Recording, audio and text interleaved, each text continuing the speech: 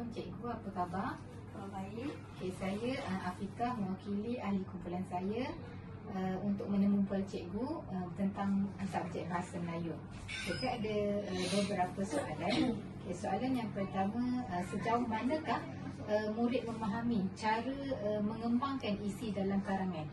Okey, secara umumnya murid faham asas saja. Kita tahu kena ada isi, tapi bila nak kembangkan isi jadi agak lemah. Bila berlatihan atau ujian, selalunya murid akan tulis isi tapi penguraian yang jelas dan ada yang tak masukkan contoh. Kadang-kadang murid ulang isi yang sama dalam ayat beza, bukannya kembangkan idea. Okay.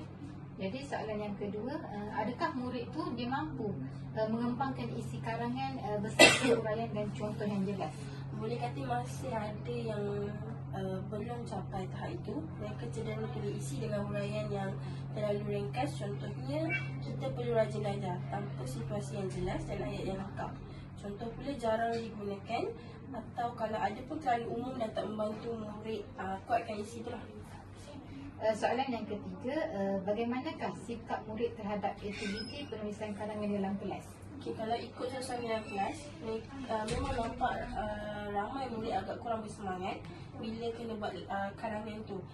Bila cikgu suruh buat karangan dalam kelas, ada yang ambil masa yang lama nak fikir idea dan cepat hilang fokus. Tapi bila aktiviti dibuat secara santai macam brainstorming atau bincang lagu bulan, mereka nampak lebih terbuka dan mula bagi respon. Okay, baik cikgu, terima kasih banyak atas jawapan dan perkongsian yang sangat berguna. Kami sangat hargai masa cikgu untuk sesi ini. Sekian sahaja temu daripada saya. Assalamualaikum.